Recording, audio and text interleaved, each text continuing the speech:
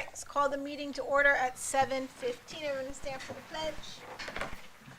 I pledge allegiance to the flag of the United States of America and to the republic for which it stands, one nation, under God, indivisible, with liberty and justice for all. Thank you. We'll open this up with public comment. Is there any public comment? Is there any public comment? Public comment going for the third time. No public comment. Look, Fred and I are still staring at each other. It's like the old days. Okay. Can I have approval of the minutes from the December 4th, 2025 special meeting? So moved. Motion by Al, Second. second by Phil. Discussion? All in favor? Aye. Chair votes aye. Motion carries 6-0. Thank you. Okay, we're going to appointments. Number 5, Affordable Housing Commission, Michael Martova. He's appointed 2 years from 1/6/2026 to December 31st, 2027. He's replacing Marietta Sabetta. Have a motion? So moved. Second. Motion by Scott. Second by Al. No, I heard I had to get the name in my head. All right. Discussion? All in favor? Aye. Board of Fire Commissioner, Paul Wedowitz, 1/6 to 12/31/2008. He replaces Gary Parkasevich. So moved. Motion by Al Bruno. I need a second by Scott Andrews. Discussion? All in favor? Aye. Motion carries 6-0. Board of Fire Commissioners, Christian Miller. Christian Miller. He's being replaced by himself. Appointed for 3 years, January 6th to 12/31/2028. So moved. Motion by Al Bruno. Second. Second by Scott Andrews. Discussion? All in favor? Aye.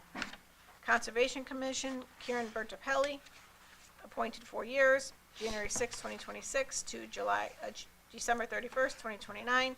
She's just re-enlisting, if you will. So moved. Second. Motion by Scott Andrews, second by Al Bruno. Discussion? All in favor? Aye. Economic Development Commission, Judith Lamson Rockwell. She is replacing Rob Van Egan, who resigned. Her commission is from January 6, 2026 to December 31st, 2028. So moved. Motion by Al, Second. second by Bree. Discussion? All in favor? Aye. Economic Development Alternate, Megan Altamori. We put an alternate on there because the Economic Development Commission, sometimes their membership is short of a quorum, so we put an alternate on there to make sure they could meet and have a quorum. Appointment is 1/6/26 to 12/31/28. So moved. Motion by Al, Second. second by Trish. Discussion? All in favor? Aye. Livable Communities, Sarah Stroud, 1/6/2006 to 12/31/27. She's replacing Tom LaPaglia, who resigned. So moved. Motion by Al, Second. second by Trish. Discussion? All in favor? Aye. Chair votes aye. Motion carries 6-0. Livable Communities, Sandra Gessick, replacing Sandra Gessick, 1/6/2026 to 12/31/2027. So moved. Motion by Phil Willamy, second by Al Bruno. Discussion? All in favor? Aye. Chair votes aye. Motion carries 6-0. Municipal Agent, Christina Walton. It's an appointment for 2 years, 1/6/2026 to 12/31/27. So moved. Motion by Al Bruno. Second. Discussion by Scott Andrews. Second by Scott Andrews. Discussion? What does that person do? Municipal Agent is, they help the seniors in town and helps them with assistance, helps them getting a hold of some advocates. Okay. All in favor? Aye. Chair votes aye. Motion carries. Tax Incentive Plan, Brianna Gerard, until it's completed. Was So moved. motion by Phil. Second. Second by Al.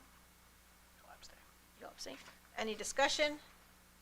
Motion carries 5-0-1. Please note Bree's abstention. Zoning Board of Appeals, Paul Wedowitz replaces Rich Demko. It's an appointment for 2 years, from 1/6/26 to 12. So moved. Motion by Phil Willamy, Second. second by Al Bruno. Discussion. Zoning Board of all in favor? Aye. Chair votes aye, motion carries 6-0. Thank you. Zoning Board of Appeals, Bill Lynch, and his appointment for 2 years. Actually, those are to 2028. Sorry, 1/6/26 to 12/31/28 replaces Kristen Hanowitz. So moved. Motion by Al Bruno, Second. second by Trish Denka. Sorry. Discussion? All in favor? Aye. Chair votes aye. It's approved. Tax refund and tax refunds and appointments, abatements. Please look to make sure there are no, I always forget the word I Yeah, want to use. can I just, going back to the appointments, we Yeah. have to correct all of these expiration dates. We do, I just noticed Okay, that. just wanted to point out it wasn't just one. I Yep. looked up and went, oh, hard to 29. get Are they- used to a new year. It is, Yeah. it is. It's But if they're for 2 2026. years, these are accurate. 12/31/27? Well, Board of Fire Commissioners, 3 years, that It's should have been a 9. 2026 now. Yeah. Sure those are 3-year appointments? Those are 3 years appointments. Fire Commissioners are 3 years. Were you not just paying attention to that meeting that we just No, had? I was paying close attention, believe me. So was I. I believe they are only Painfully 2-year close appointments. attention. You believe that they're what? Only 2-year appointments, though. I believe the Fire Commissioners are Because 3. every other year, we are voting on somebody at the firehouse to be a commissioner. Well, that's important then. But do you stagger them in, You 3 you're years, or- staggered. you could still stagger with There's only 3, 2 right? people that, from each company, Right, they pick one and we pick one. right? And it's every other year that you pick one, and it's every other year. I would double check it. We'll double just check, say- but I'm double pretty check sure it. it's 3 years. We'll double check that. Double check it. So how do we, I mean, just coming out of the previous meeting and the importance of that, so we all move to vote yay on all of this. If there is a contention, we have to just say yay on the person and just okay on the change of The timeframe? years, Yeah. Yeah, it's That's all really, we're we're gonna do right installing now? the person. Okay. The, So we're installing the person. time in the position is really Okay. a secondary thing. We want to get somebody in those positions, but we should be. So Yeah, it's that's just a the matter of correction. updating the Yeah. record so I they know when understand they that, have but to be it's- I mean, reinstated. Devil's in the details, right? Yeah. No, yeah. Thank you. We should, Yeah. yeah. Yeah, Marie, that's, Paul makes a good point. Thanks, Al. Thank you. No, I believe the Fire Commissioners are 3 years, and if we were, yeah, I may be wrong. Yeah, you just know, double check it's it. No happened big once or deal. twice. And we got Yeah. fixed expirations and no big not deal. a problem.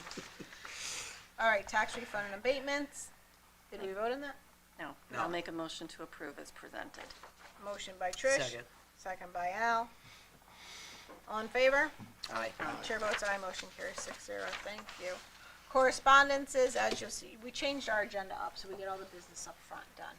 Correspondences, you'll see a letter from Rob Van Egan to Brian Surowich resigning from the Board of Economic Development. A letter from Mary Ann Robinson resigning from the Affordable Housing Commission. A letter from Rosa Averill resigning from the Affordable Housing Commission. A letter from Tom LaPaglia resigning from the Seymour Livable Community. A letter from Mary Ann Sabetta resigning from the Affordable Housing Commission. So those are all in your packet. Okay. Discussion and possible action regarding a uniform service agreement with the Naugatuck Valley Council of Government. This is for our plan of conservation and development, which needs to get done. The cost is $75,000, and that is after us beating them down on that price. This is something that has to get done. It's due this coming year. You'll see where they are going over what they are doing on the back under Schedule B. They're going to do the community assessment, which is a municipal plan review, a demographic review, a land use review. They're going to do community engagement, which is a stakeholder survey, a community kickoff, a targeted community engagement. They are not doing the youth summit. They will do the design. Planning, they're doing the vision statement, committee planning, mapping, data, adoption of administration, as well as the drafting and formatting, photos, plan drafting, design, administrative tasks for $75,000. Two quick questions. Who are they? Naugatuck Valley Council of Government. Will be making all those decisions?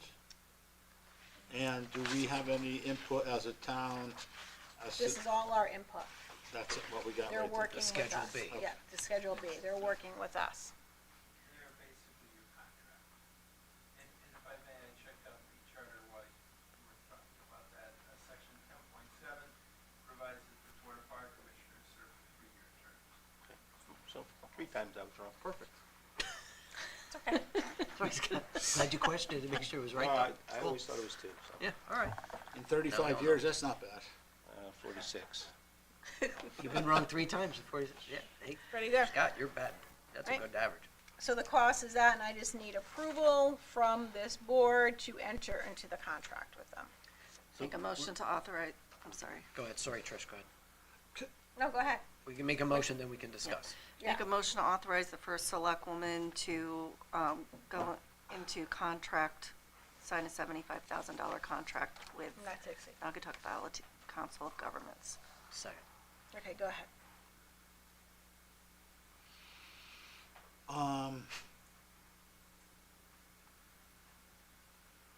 What do we, I mean, what do we gain? Besides, just, I mean, I didn't have a lot of time to really in-depth and digest everything, but, Okay, Bill.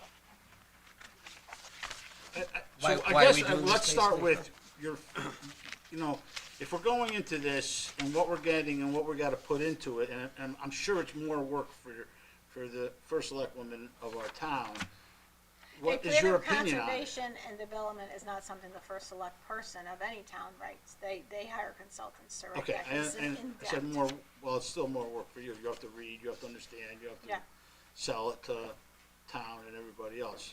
I'd like to get your opinion on joining the expenditure of 75,000 to be part of this. To do this, it's Yeah. actually, it's a deal Okay, at $75,000. And it has to be done, I believe it's due this year. It's due this Right. year, it's due at the end of this year. right. Obligation to do so under the law. Update the plans, conservation. So either we do it by the deadline as a town, or we hire this contractor to do it for us to get, so we meet the deadline. Yes, Right. but it's not that the town cannot do it. The town does not have the bandwidth to do it. The town does not have the people to do this. This is done by the council. It's done by planners. It's done understand by, you know Yeah, what goes into yeah. it. Go ahead. What have we done in years past, just so We've I? hired Naugatuck Valley Okay, no, that's, Council of yeah, Governments. that's, okay. Yeah, and now VCOG gives us a good deal, you're saying. VCOG does And that's part of the everybody's reason plan of why they're conservation. in business, right? Yeah. They do services like this for municipalities And at has a this- reduced rate. Has this gone up since the last time we went into Yes, contract with them? 10 years ago, yeah. Okay, well, yeah. How much? You know, Maybe 10,000, that's it. And it's a lot of work, Anne, right? What goes into it? You've read our plan of conservation. I have before, but When you get the report, you'll see how much work goes into it. Yeah. They do And the give a surveys that present- need to be done, Yep. they send out all the information to the residents. What would you like to see? What do you want? Any residents that were here, they received a form that we had to fill out. What do you wanna see? What type of businesses do you wanna see? What type of housing do you wanna see? What do you wanna see in your parks? Here's what you can have. They do the whole mapping of the downtown area, what stores we have. And the deadline is there a mandate by the state for this? It has to be done every 10 years. It has to be done every 10 years. Okay. And we started with them when the affordable housing came in. And they said, well, just hold off on the affordable housing and do it with your plan of conservation and development. And we're kinda glad we did, because now the affordable housing goes away in 2 years. You don't have to have an affordable housing committee, and so that money that we would've spent on doing the affordable housing plan It's and survey incorporated, there, now is going out the door, so I'm kinda glad we didn't spend the money to have that done. I appreciate the detail. You're welcome. Thank you. but those are good questions, and I always need my Absolutely. memory refreshed too, because it's a lot of work. Yeah. Surveys cost a lot of money just on themselves. Alright, so there's a motion, there's a second, all in favor? Aye. Aye. Chair votes aye, motion carries 6-0. Thank you. Oh, I lost my. Sorry. Discussion and action regarding the charge of the Bungee School Building Committee. Mr. Stanek is here. Mr. Stanek is here from the Board of from the Building Committee for the Bungay School. So the resolution, there's a resolution, I just need approval to ratify and confirm appointments and establish the duties and responsibilities of the Building Committee for the Bungay School Building Construction Project. The building and develop design, so the Board of Selectmen established a building committee with regards to Bungay Elementary School building construction, the project, and authorized the building committee to develop a design plans and cost estimate of the project, to apply to the Commissioner of Administrative Services, and to accept or reject the grant, which they accepted. The referendum vote was held on October 9th. The Seymours voted to approve the resolution authorizing an appropriation of $60 million for the construction of the new Bungay Elementary School and the financing of said appropriation by the issuance of general obligation bonds or notes of the town in the amount not to exceed $20 million. Whereas December 4th, the Board of Selectmen adopted a resolution appointing additional members of the Building Committee and establishing the duties and responsibilities of the Building Committee. Whereas the Board of Selectpersons desires to ratify and confirm the structure of the membership of the Building Committee and its actions previously taken and specify the duties and responsibilities of the Building Committee. Now therefore be resolved that the Building Committee will consist of 9 members to serve at the pleasure of the Board of Selectpersons. The Board of Selectpersons may increase or reduce the number of members from time to time in its direction.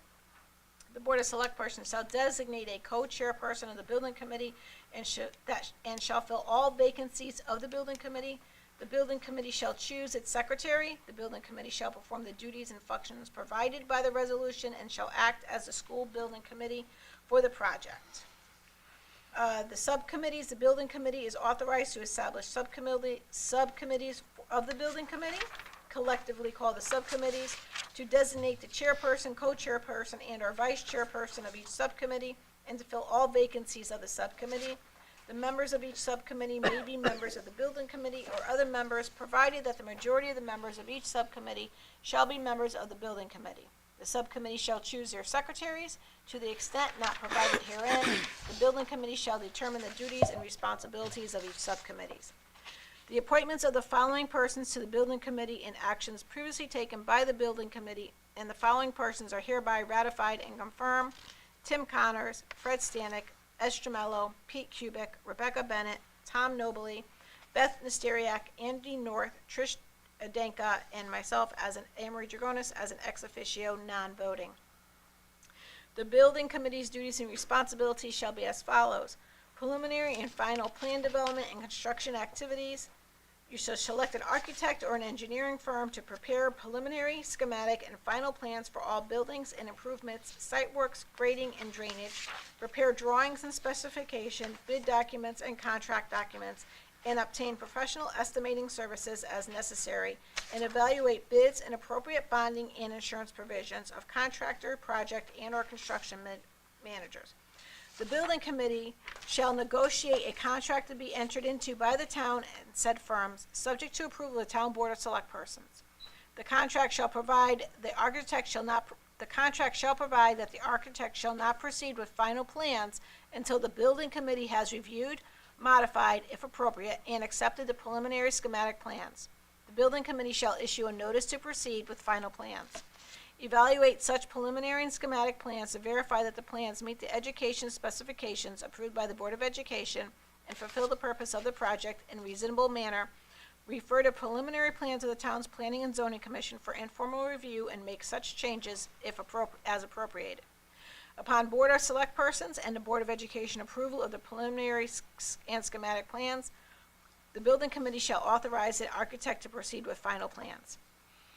Complete final plans, work drawings, and specification, bid documents, and contract documents. The Building Committee may submit a copy of the final plans, working drawings, specifications, bid documents, and contract documents to an independent qualified engineering firm for review as to the accuracy, clarity, and completeness. The engineering firm shall submit comments to the Building Committee. The Building Committee shall direct the architect to make such changes as the Building Committee deems appropriate. The Building Committee shall submit the final plans to the Town Planning and Zoning Commission for any site plan and/or other required approvals. Upon approval of the Town Planning's Zoning Commission, the Board of Select Persons, and the Board of Ed, the Building Committee shall, in accordance with the town established bidding procedures and requirements of the State Department of Administrative Services, put the project or portions therefore out to bid and award the contract to successful bidders. Meet with the architect, general contractor, and/or construction managers to determine what is required by the final plans, drawing and specification, bid documents, and contract documents.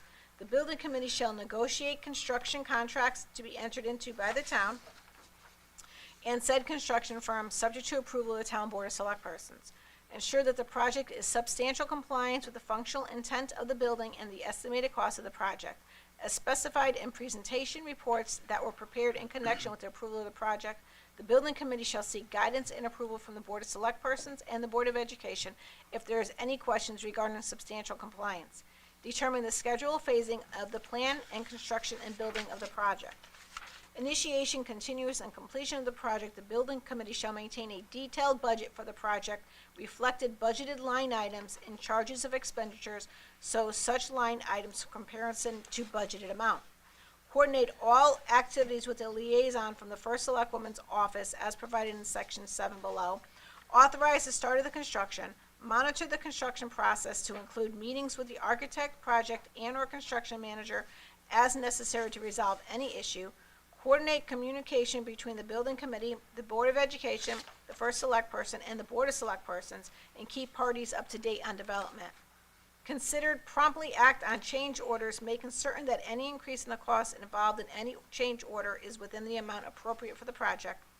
Monitor the preparation by the architect of all list items, which is a punch list, which are not fully completed or which require further attention when the architect has certified that the building is substantial complete.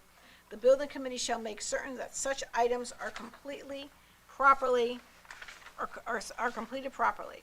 Review the certification by the architect that construction has been substantially completed in full compliance with contract documents, or review the list of items which are not yet satisfactorily completed. Authorize release of funds which have been withheld, or designate those funds to be withheld pending completion of any unfinished work or any other appropriate reason. Perform such other duties and function in connection with the project as may be required from time to time by the Board of Education.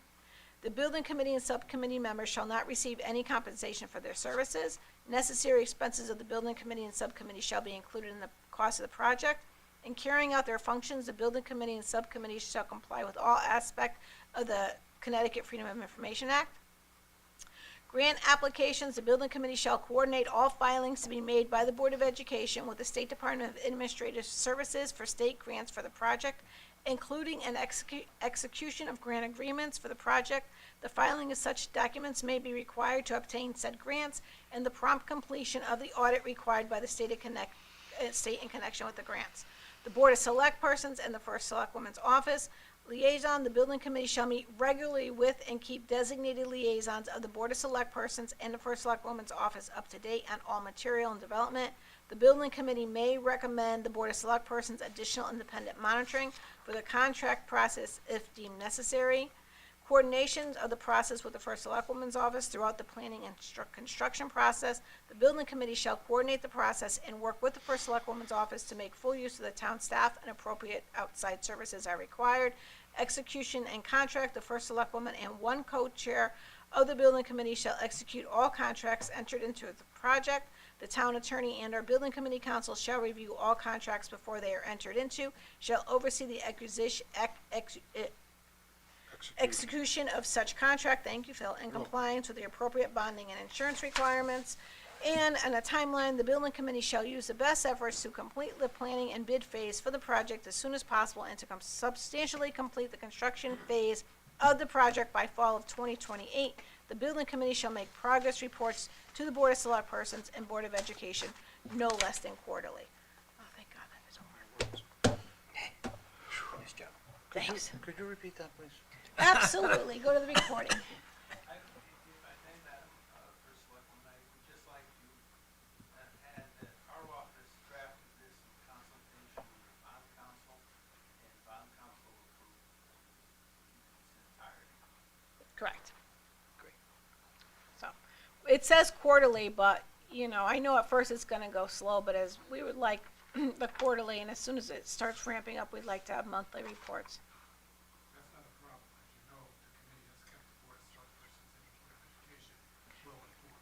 Come up to the mic, Mr. Stanek. Attorney Stanek, former select person Stanek. We want the thousands of people watching online to make sure they hear you, Fred. Exactly.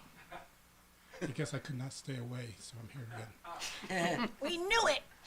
Anyway, for the record, Fred Stanek, 22 North Benham Road.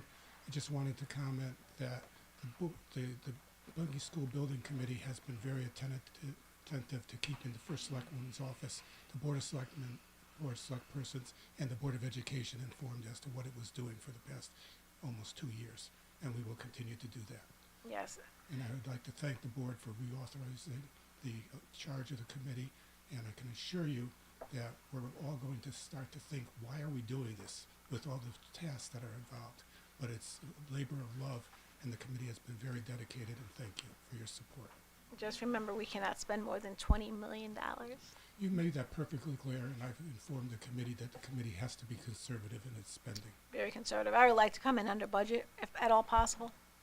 Not taking the cheap way out, but giving our kids what they need, but still being able to come under budget would be great. And remember what we went through with Shopfield School.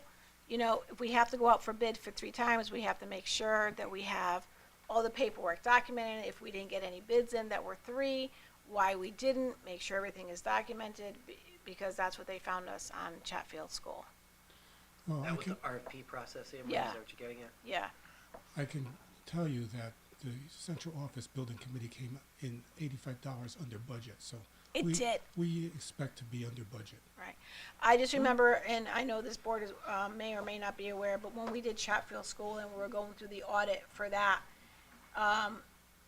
we were going through and we lost, I think it was like $10,000 on the fire watch. And we said, why didn't we get that money back? We had our fire department there. They're like, right, you didn't go out to bid for that. I'm like, why would we go out for bid when we have a volunteer fire department that we have to pay, but they're there to watch it? They said, you have to go out to bid for that. And I said, well, what if somebody Waterbury came in, what if they came in under budget? And they said, then you'd have to give the job to Waterbury. I'm like, but we have a volunteer fire department. Why are we gonna pay somebody else and not pay our people? We would save money. And they're like, it doesn't matter. That's part of the bid, because of the regulation of the bid process. Yeah. So for $10,000, you got what you wanted. Yeah. You had Seymour to do. Yeah. So, but, you know, we have to make sure every I is dotted, T is crossed, and Q is looped. As you mentioned, town officials and consultants, the committee will be dependent upon the finance people of the town, as well as the fire department, the building department, and others. We will be leaning on them, everyone, for help. I appreciate that. So if I could have I got one quick question. Mr. Stanek, were you ever on any other building committee? Yes. The document that was just read, is anything left out or anything impropriety? I think the document that was just read is very comprehensive and very broad. thank you. That's my only question. Thank you, ma'am. Can I have a motion to accept this and for me to sign? So moved. Second. Motion by Al, second by Phil Willoughby. All in favor? Aye. Chair votes aye, motion carries Thank you 6-0. very much. Thank you, Fred. Thank you, Thanks, Fred. Fred. Thank you for all your hard work in the committee. Okay. Discussion and possible action regarding RFQ for preferred tree vendor. In your packet, you will see a letter from Frank Gabinelli, Director of Public Works. Preferred tree vendor list dated December 18th, 2025. After careful consideration to all vendor applications with respect to qualification, equipment, expertise, and reputation, it is my recommendation, along with our tree warden, that our preferred vendor list be as followed. 1, Out as a Limb Tree Service. 2, Southbury Tree Service. 3, Distinctive Tree Services, respectively submitted by Frank Gabinelli, Director of Public Works, Town of Seymour. And we also have Scott. If there's any questions, Scott is here. He's on the Board of Public Works, so he could answer any questions y'all may have. Or get answers to any Or questions. get any questions.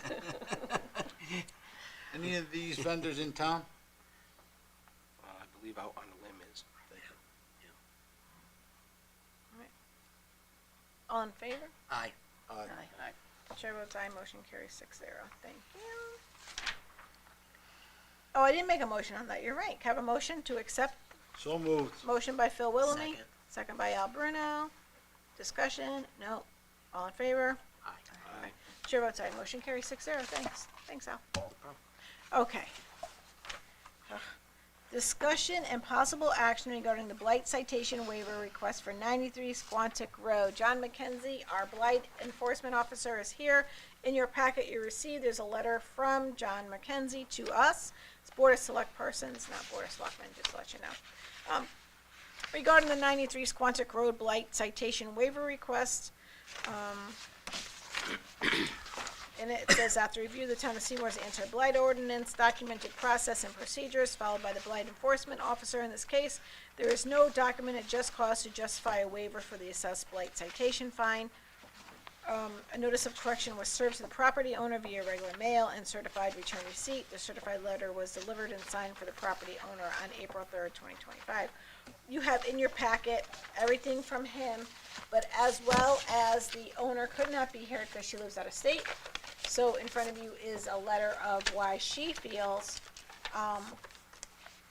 she should not be reading, and I will read it into the minutes, I read it, Leanna. it's that.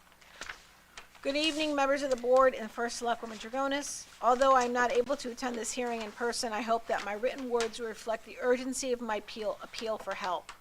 My name is Trudy Bidgeland, and I own a home in Seymour at 93 Squantic Road. I am 76 years old and now living in New Hampshire with my family. I left my Seymour home because I had back problems which made it difficult to do things, car problems which left me without transportation, and my sister in Connecticut has passed away, which meant that my family members were all a distance away. My plan was simple. Since I did not have the finances to fix up my home to tip-top condition, I would sell it as is. I communicated with Daniel Rico of Helpful Home Buyers and explained that my son would be coming east to remove things that he wanted to take back to his farm in Missouri, and then hopefully we could arrange the sale.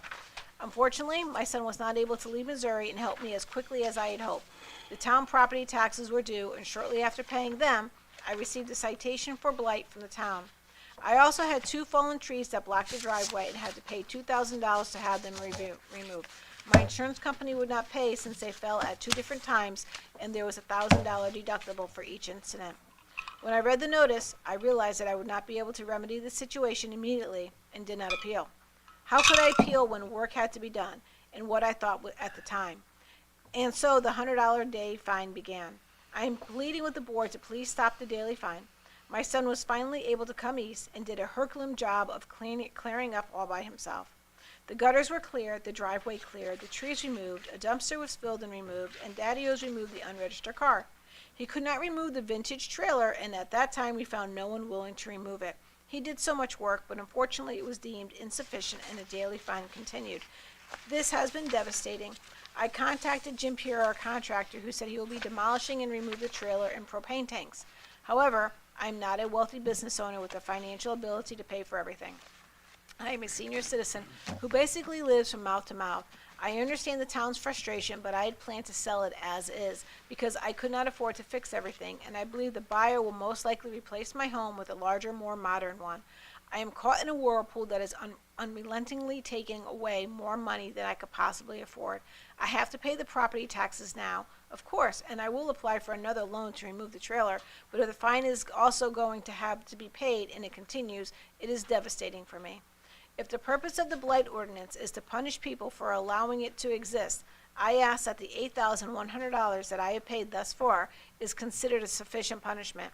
If you are familiar with the property, my home is out of sight at the top of a long driveway. The vintage trailer is visible from the road if one is looking. My goal all along has been to sell the property so someone can build a beautiful new home to Seymour's Town's real estate. Please help me. Sincerely, Trudy Belgeland, and I hope I am not abolishing her name.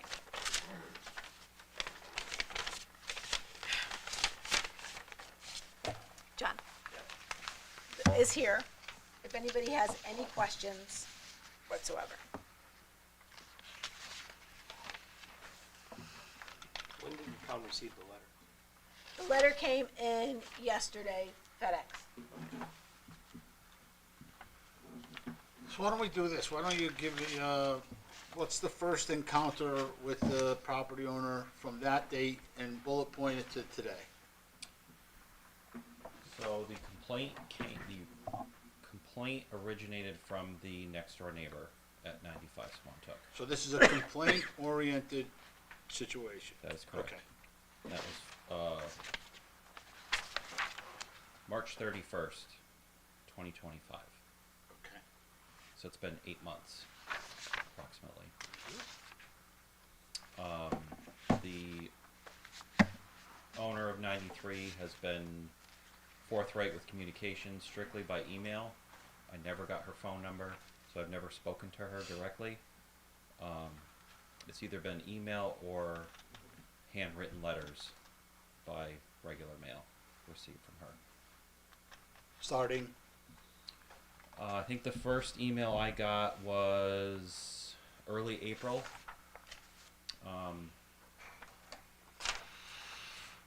And go ahead. so you got a complaint in March. Yes, Early April's the first time you got a correspondence with the property owner, correct. and it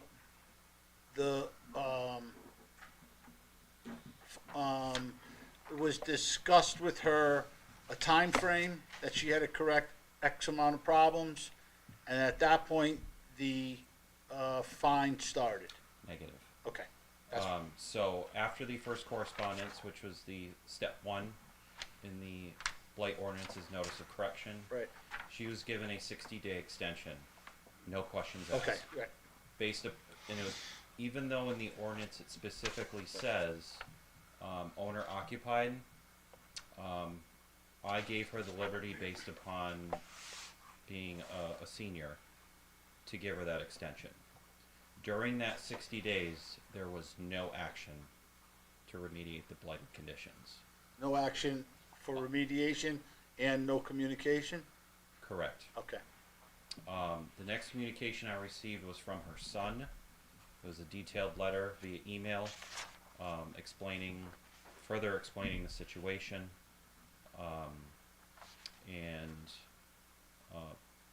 based upon how the ordinance is written, I have to deal directly with the owner. He has no fiduciary. Correct. Right, I get you. So step 2 was notice of violation, which was issued shortly thereafter that. If memory serves me right, I believe it was either late June, early July, post 60-day expiration.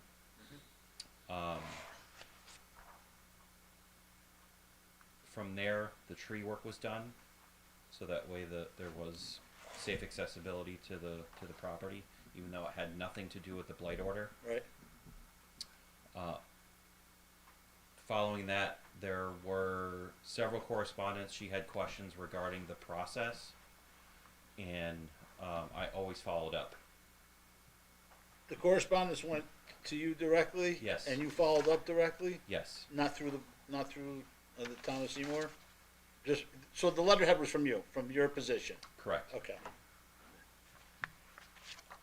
So, John, just so I'm clear, it's your recommendation that the current citation fine be stayed for a maximum period of 90 days so that remediation of the blighted conditions may be completed in full? So that was my Okay. memorandum from December. Okay. I have since changed that with, I have a new statement, if I may read. Yeah, sure. That's why I want to make sure this is Okay. most current. Go ahead. After review of the most recent correspondence from the property owner of 93 Squantuck Road, there is no evidence of a genuine or actionable effort to remediate the blighted conditions on the property in the near future. Accordingly, I am formally withdrawing my prior recommendation as outlined in the memorandum dated December 9th, 2025, which proposed a 90-day stay of the citation. This office has properly served all required notices in accordance with the multi-step enforcement process outlined in the applicable ordinance. Additionally, this office approved the maximum extension permitted under the ordinance to provide the property owner with sufficient time to both develop and implement a corrective action plan. However, correspondence over the past 8 months reflects only verbal intentions with no demonstrable progress or results.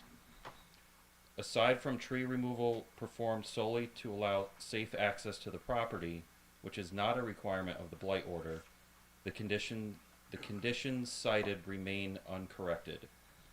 Furthermore, there appears to be a potential environmental and public safety hazard on the property. Excuse me. Specifically, an abandoned above-ground storage tank and 2 abandoned liquid propane tanks are located adjacent to a collapsed recreational vehicle. These tanks are surrounded by severe overgrowth and may pose a significant fire risk to responding emergency personnel. There is no record of any permits on file with the building official's office for the installation of these tanks. The original citation fine as drafted by the hearing officer on November 10th, 2025 totaled $5,400.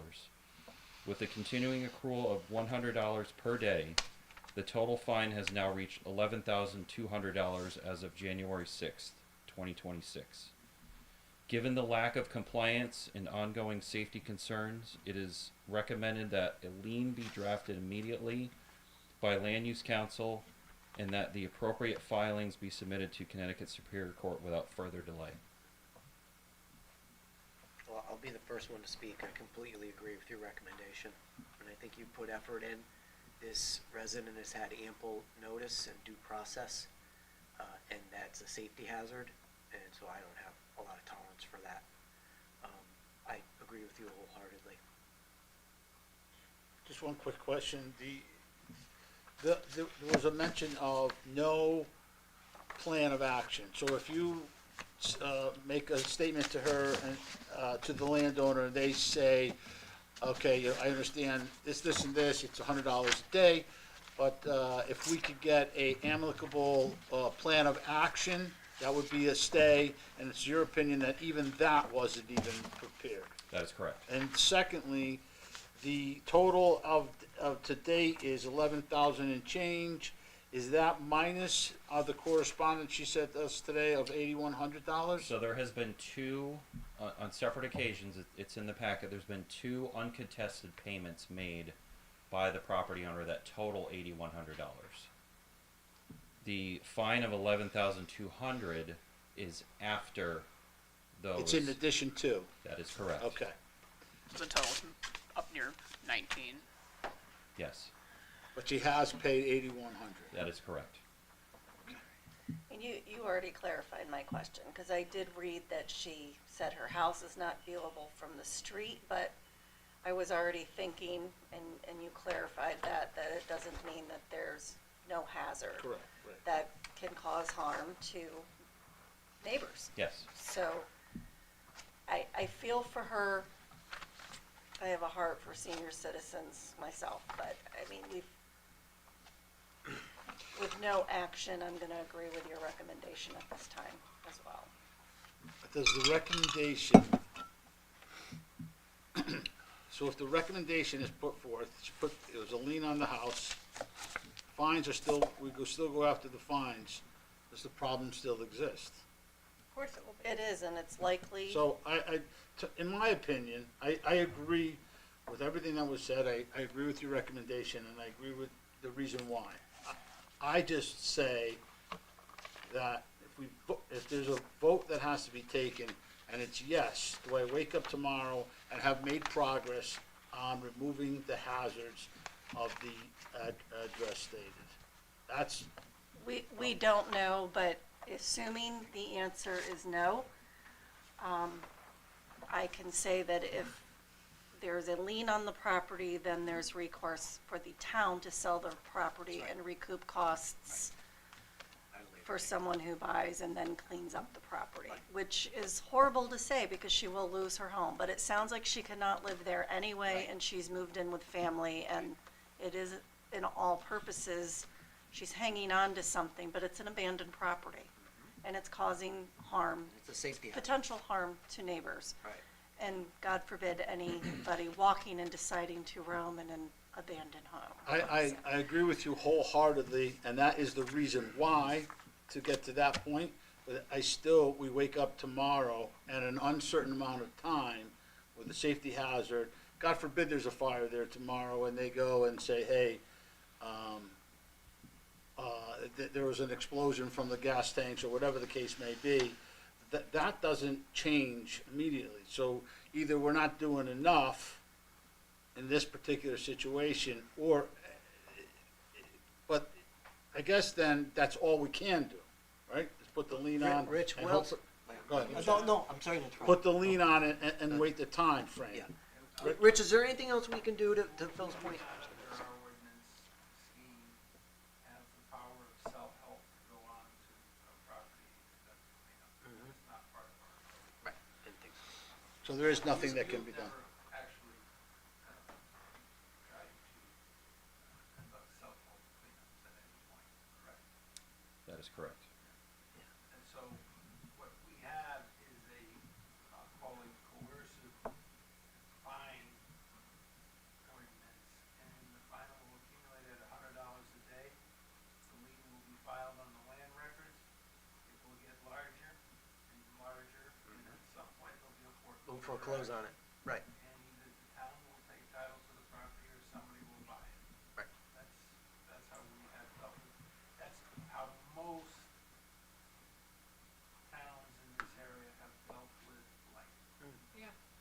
It's a horrible reality. Yeah, but the question is not the blight, the question is there any recourse for the immediate danger to public safety and or first responders? Not through the blight program. Not through the blight program. What, I mean, you have perhaps, two, I can't answer this, I don't know, I'm speculating, but maybe, John, if you could refer this to the fire marshal. It has been already. It has been. Yes. There you go. So So they then can take we could talk to him. action, right? Okay. They could fence it off or put I'm up not- signage, or they Again, might not be able to go onto the property. That's right, something 'cause I it's can't private answer. property. Yeah, yeah. Under the That fire would- code, they have the right to issue certain kinds of abatement orders, and I'm sure that's the kind For safety, they might be able to enter upon the premises, Rich, and do whatever they I need to don't do, know or, if they'll do self-help. yeah. I don't think they'll do self-help, maybe what they'll do is, I don't mean to interrupt you, Attorney Rutula, is either an abatement order or condemnation. But then the situation still continues. The only thing that they can do then is apply for an arrest warrant if the abatement is Right. not. Well, maybe they taken need care to do of. that at some point to get the tanks So- off the property. But Anne Marie, it's a safety issue. What if there's a fire? First responders go on there, the thing explodes. Well, The it- We town don't knew know or if there's should have any gas- known. Do we know if there's any gas in those We don't know. tanks? Do we know how So- old those tanks are? From so the letter, basi- it looks like they're from 1950. Well, I could tell you one Gold. thing, no gas is probably more dangerous than full tank of Yeah. gas. So if I may, based upon the research with the building department, there was a deck built in 1993 in front of the said collapsed RV. This is strictly an assumption that the above ground storage tank and propane tanks were probably installed around the same time. So 30 plus A years long old. time ago. Yeah. Additionally, the last, other than property tax record, vehicle tax, it's been about 3 years. So I think the house has been vacant for approximately that amount of time. The complainant had mentioned to me that he had lived in that house for over a year and had never seen anyone living at 93. Yeah, So never saw any movement. no. All right, so for the sake of time, the reason why I brought it up is there's an obvious gap in a problem and a solution. And if this wasn't brought up as a safety concern and a potential hazard, I would just go along with how I feel and make my vote. But there is, so obviously there's more work to be done, that if this particular situation arises in the future, we need a way to learn how to stave the gap between there being a safety hazard and going through the regular process of a lien and foreclosure and such as. Because we do our due diligence, which we certainly did, and I commend your work and your information, that tomorrow the hazard's still gonna be there after this vote. So that's the only point I'm bringing up. Nothing outside of that factor I am discussing or have, I'm not arguing anybody's point, just bringing up that fact, and it's something that we should learn and look into. Fair. But John, has told us and represented to us that he referred it to the fire department, so now it's in their hands. Right, so that's Fire part That of is the the fire equation. marshal, Right. so there's the proper step, so Timmy Willis is gonna go out there and do his job, which he always does 100%, and then dots his i's, Right, crosses his right. t's, and that's all we can do. Phil, our hands are kinda tied, but the legal process has to take its course. And I used to do this work with, at Bircham Moses with Rich for the town of Stratford. You have to, I know it's a senior citizen, you give them opportunities to make payment plans, they say they're gonna do it, they don't do it. At some point, you have to take action No, I as a understand. community. I understand. And I understand it's a senior citizen, however, this is a problem, it needs to be remedied, and quite frankly, we treat this senior citizen like we would a 30-year-old who owns a house who lets it fall into disrepair. To me, there's no difference, and it's a safety issue, and that's why we have a blight ordinance. So I agree with you wholeheartedly. Like I restate, I would like to get this moving quickly to conclusion. Thank you. Thank you. I think even with leaning the property, the hazards are still gonna be there, the safety issues are gonna still be there. They will not be removed until either she could pay for it, or the property is condemned, foreclosed on, sold, or whatever. So, I think we have to wait for Timmy's report on that to know what is Yeah. ultimately gonna happen, but we're taking the right steps Oh, absolutely. to reach that. If I may, request for a slight citation waiver. So it would be appropriate, if you want to act in accordance with John wants to go, to have a motion to deny the slight citation waiver. And that will be communicated to the property owner. need a motion? Well, I would like to make a motion to deny the blight waiver From 95. from the property owner and to proceed with John's recommended course of action. Motion by Al, State- Yeah, but state the address. What's the address? 93 Squantic 93 Road. Squantic Road. second Second. by Phil Willoughby. Discussion? All in Has she, favor? let me just ask, she had the right to contest this in front of a citation officer, she has not She taken never that step? requested, and she was given through emails, which I have documented, every opportunity, and I believe in her recent letter, she did say, she chose not to contest it. Right. In front of a hearing officer. See, that should She have said, been "Why her bother?" first step. Hey, she didn't do it. Well, She's an adult. sorry. No problem. Aye. Huh? Aye. Aye. Aye. You asked for a vote. Oh, I did. All in favor? Aye. Aye. Noes? Abstentions? Motion carries 6-0. Thank you. Thank you. Discussion and possible action regarding the updating the Town of Seymour's Business Tax Incentive Program. On that committee is Bree, Trish, and myself. Bree and Trish, you have a copy of the plan. Let's maybe make it the second, let's look at like February to get together, to go over this. This gives everybody time to review it, go over it, and then meet. You wanna look at, the second Board of Selectmen meeting in February? Let me look at my calendar, hold Look on. at the calendar right now.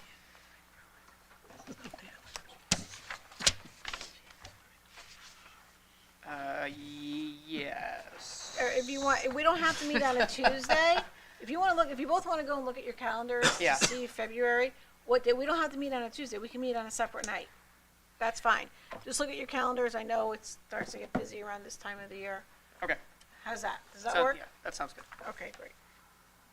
And it looks like there's just a quick look. Right, there's some examples of other towns as well. I see. Yes, Okay, perfect. yes, we wanted to include the other towns so you Good, could yeah. have an idea. Excellent. Yeah, Okay. We did some of this work already, but unfortunately, the person holding everything has since left, working for town hall, and Okay. it Disappeared? disappeared.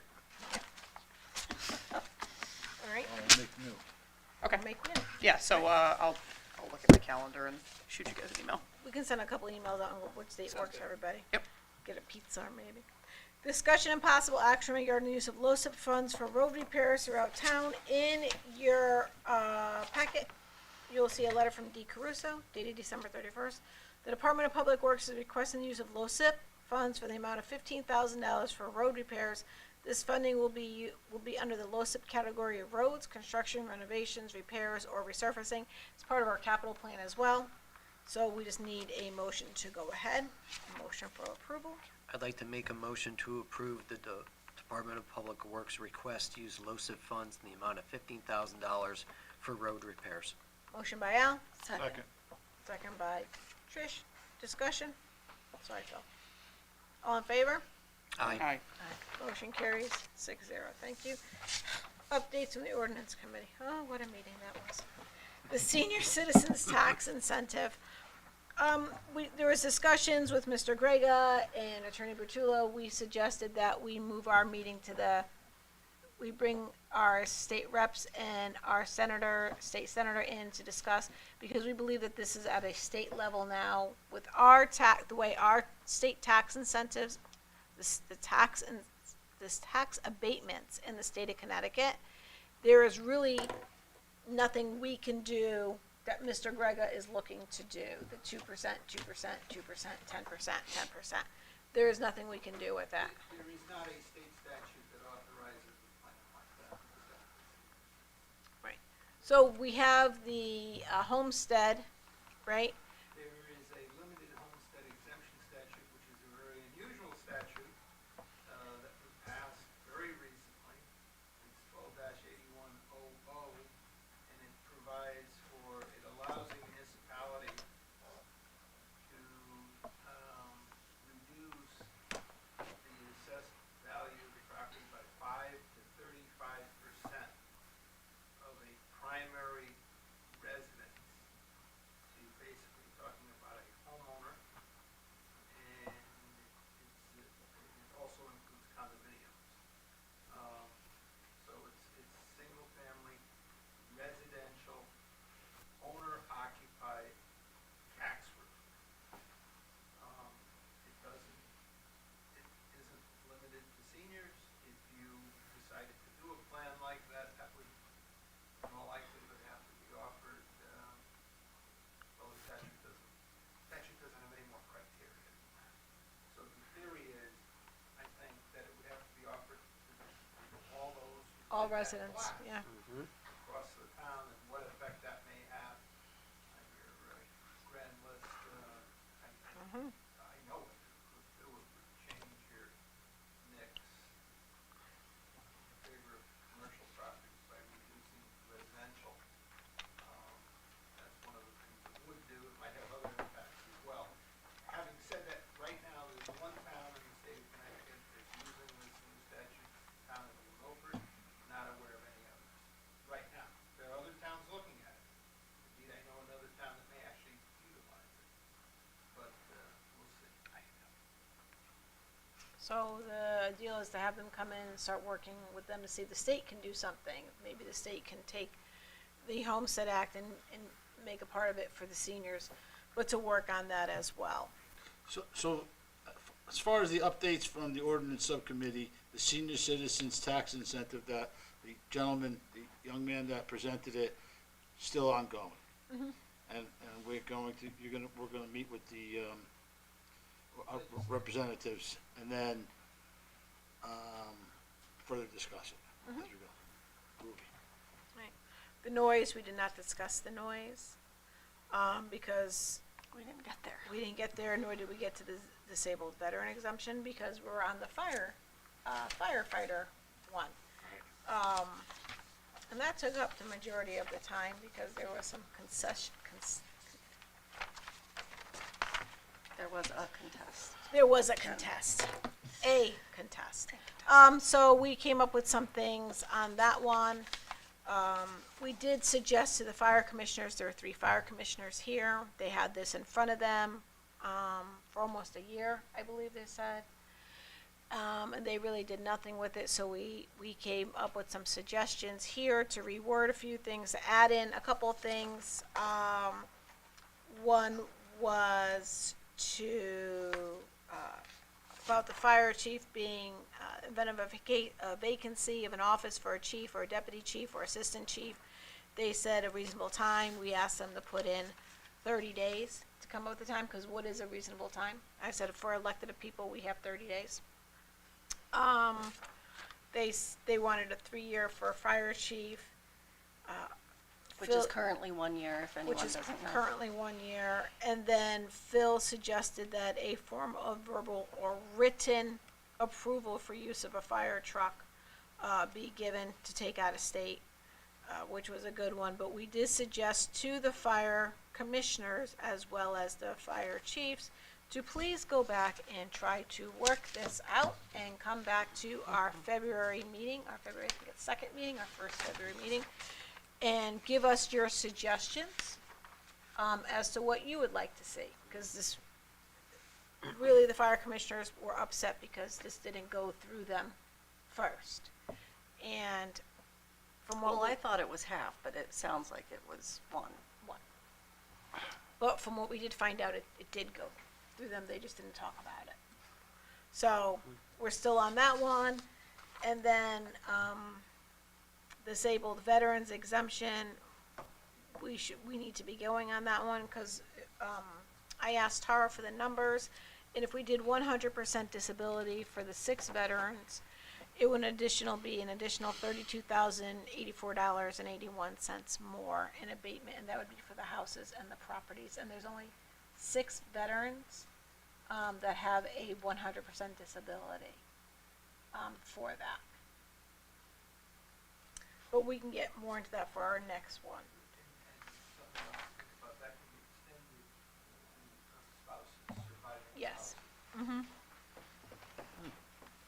And then, the one we wanna push down to the,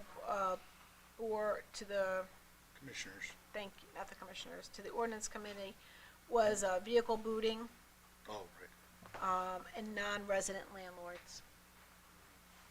So those will be on our agenda for our next meeting.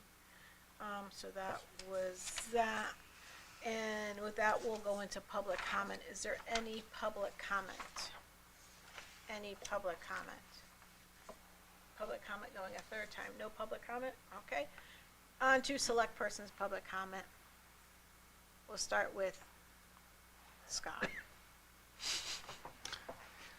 I'm just gonna keep it nice and short. Just happy New Year, everybody. Things seem to be starting off very well, and look forward to working with everybody for the coming year. I'm done. Thank you. Happy New Year. This is yours. Oh, that was mine. Okay. We've only had a couple snowstorms, but it's getting pretty cold out, so anyone having any real difficulties needs any resources. I don't know if it's appropriate to say, call the first select person's office, but maybe be able to get some resources, being told who to call, be very careful out there, and I think Public Works has done a good job. It's been on weekends, but they've done a good job keeping our roads cleared from the snow and iced, so thank you for that, and that's all I have. Al? Yeah, just Happy New Year. I loved our debate tonight, our comments, so I thought this was a very productive meeting. And, wish everybody a good couple of weeks till our next meeting. Same here. I think that, I wish everybody a happy new year, and, I agree that, we're starting out with, discussions that are, respectful and, productive. I wanted to, just mention that I think that, John McKenzie, on this blight enforcement officer, that I got a sense of compassion and respect into the way he handled the situation. It was very professional in all the details. I know that blight and issues of this nature, especially in our aging population, if that does come up as a factor, is delicate, and the compassion and respect is it's important, and I believe that he showed that, and thank you very much. You're welcome. Ray? Keep it short and sweet. Happy New Year. Excited to get my hands dirty here on the tax incentive plan. So I'll got some light reading to do in the next few weeks. And very excited for my new swag. So thank you. That's all I have. Okay, great, thank you. Well, thank you, everybody, for a good meeting tonight. It was, we haven't had a meeting like this in a long time, and it was great to have the back and forth going respectfully and hearing everybody's viewpoint, which is great. Just a couple things, I know Hoadley's Pond is a big discussion that we've been hearing about, especially since the flood. So I'm meeting with the DEP and DESP, and if anybody doesn't know what the DESPP is, it's the Department of Emergency Services Public Protection. We're meeting at the end of this month to go over Hoadley's Pond and what their input is on Hoadley's Pond and getting their viewpoint about it. Budget season has started with the departments. They've started to hand out their budgets to the finance department. With that, we'll have our summit the 14th and 15th of this week, and then the Board of Finance workshops start February 4th. That is, the workshops is when the department heads come and they report their budgets to the Board of Finance, and that's open to the public for discussion. Can I make a comment right there? I'm sorry. Could we just make sure the Board of Finance has like a copy of our strategic plan? Yeah. Thank you. Snow and sidewalks. Snow. We haven't seen this much snow in, I don't know, a while. It feels like every week it's snowing, which is great for snow lovers. But we've been having a couple of issues with sidewalks. We have a town ordinance that states sidewalks have to be cleared within 24 hours of the storms. And with the kids walking to school, and I know there's a lot of new sidewalks that went in, these sidewalks need to be kept cleared. They have 24 hours to clear them. If not, the police department actually has the authority to issue the fines for clearing the sidewalks. And they are going to start issuing those fines. Can I ask something about the sidewalks? Yes? Sorry. Okay. Downtown sidewalks. So, yesterday, I was driving around downtown, nice and early morning, no traffic. And there's a number of areas downtown, on Bank Street and Main Street, where whoever shoveled, and one of them is by our swimming pool, the width of a snow shovel. And it doesn't make it conducive for walking around our downtown. It doesn't. So you're right. Who's responsible for the downtown The area? business owners are responsible for shoveling in front of their businesses. Okay, And with the swimming pool, as you affectionately call it, that is the business owner's responsibility. So we have to, again, get the complaints in, right? John McKenzie has been going out there, and the police department is going out and issuing the infraction. I think it's a $100 infraction. Okay, is there anything that people need to, or can follow, knowing that one shovel width is not enough? You need to clear the sidewalk? Our ordinance I mean, clearly states that the sidewalk has to be cleared. Okay, Doesn't say pathway. It says cleared. okay. Cleared.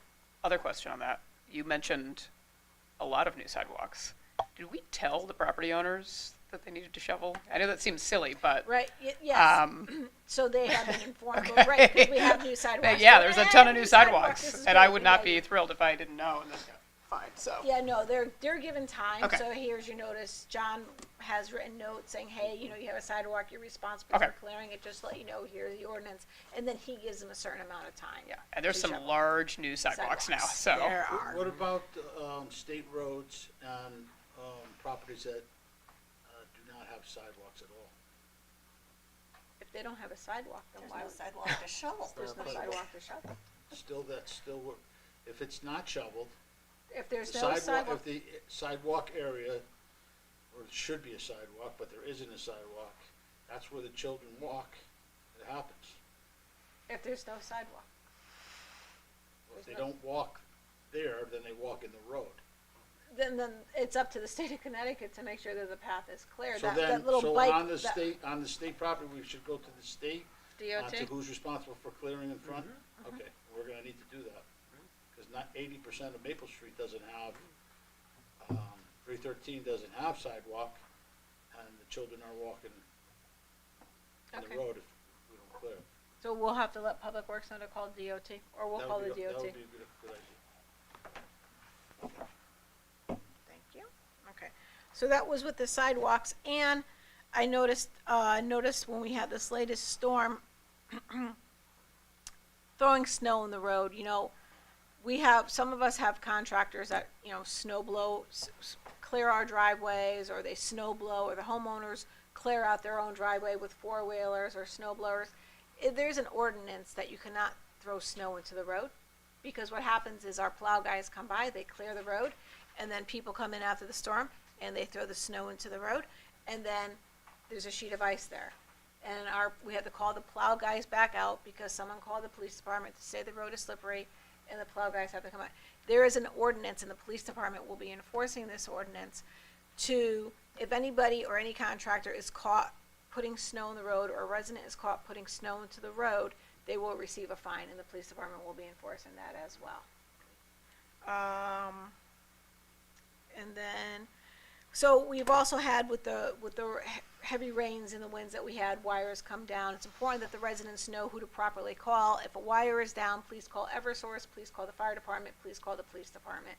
Calling my office does nothing, and instant messaging me or calling me on my instant messages just means that I'm gonna call the fire department or I'm gonna call the police department.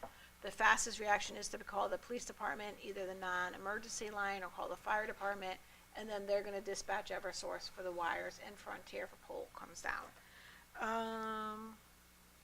As well as, if somebody sees something in their neighborhood, or, a car was speeding by, or somebody's breaking into my car, someone's doing this, please call the police department, because the police department does not monitor Facebook, the fire department does not monitor Facebook. So if something is going on, you need to call them, and I know that sounds like common sense, but really I just had a conversation with the chief today. Somebody called, said, I'm afraid to leave my house because of this. Well, did you call the police department because you're afraid? No, I didn't. That was a half hour ago. Call the police. If you're afraid, please call the police department. Another one was, I had a resident in my office yesterday saying, it only snowed a ½ inch. Why did the plow trucks come out? We're wasting money. Well, the plow trucks come out when the police department gets a call that the roads are slippery. The police department will have, especially on a weekend, the police department is called, and they call out Public Works to plow the roads. And then all the stuff that we have going on in town, from our community center to our movie nights to roller skating nights to activities happening in our town, are now put into our community calendar. So please check out the town website to go into the community calendar. And to Trish's thing about Snow Brigade, if there is somebody who cannot shovel their sidewalk, you cannot do your driveway, there is Kate Halligan and her son and one of his friends have created the Snow Brigade. It's a bunch of teenagers that go out and they shovel sidewalks and they shovel driveways. They even have a snow blower to remove the snow. So if you need help, let us know and we can get you to the correct person. With that, I adjourn the meeting. Thank you. Just in time. Just in Look time. at that. Wait a minute, where's the chicken, Marcel? You got large ones? Bree, did you have gloves, Bree? Did you get gloves? Yeah, they're tucked into my head.